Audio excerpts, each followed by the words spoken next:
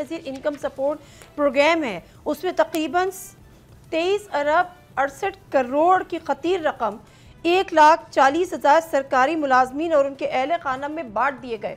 उसकी डिटेल्स यकीनन आपने भी पढ़ी होंगी। सर, ये क्या मामला है? सबसे ज़्यादा जो हुआ है वो सिंध और खैबर पख्तूनख्वा में हुआ है। शुक्रिया। गुजारिश है कि एक क्राइटेरिया BSP का बना हुआ है कि कौन लोग एलिजिबल हैं या इंटाइटल्ड हैं इसके लिए। जो उस क्राइटेरिया में फॉल नहीं करते they should not get it, उनको नहीं मिलना चाहिए था, क्योंकि एक यूनिफॉर्म क्राइटेरिया है। तो अगर कहीं ओवरडूइंग हो गई है या मिस हैंडलिंग हो गई है उसको ज़रूर एग्ज़ामिन करना चाहिए, और जो लोग इसके मुस्तहिक हैं ये उनके पास रकम जानी चाहिए।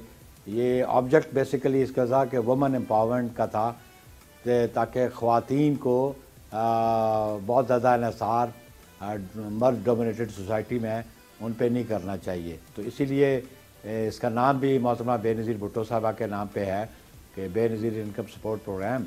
तो मैं समझता हूँ कि ज़्यादा मुस्तहिक वो ख़वातीन हैं जो इस क्राइटेरिया में फॉल करती हैं। सब्सक्राइब करें और बेल दबाएं ताकि कोई खबर रह न जाए।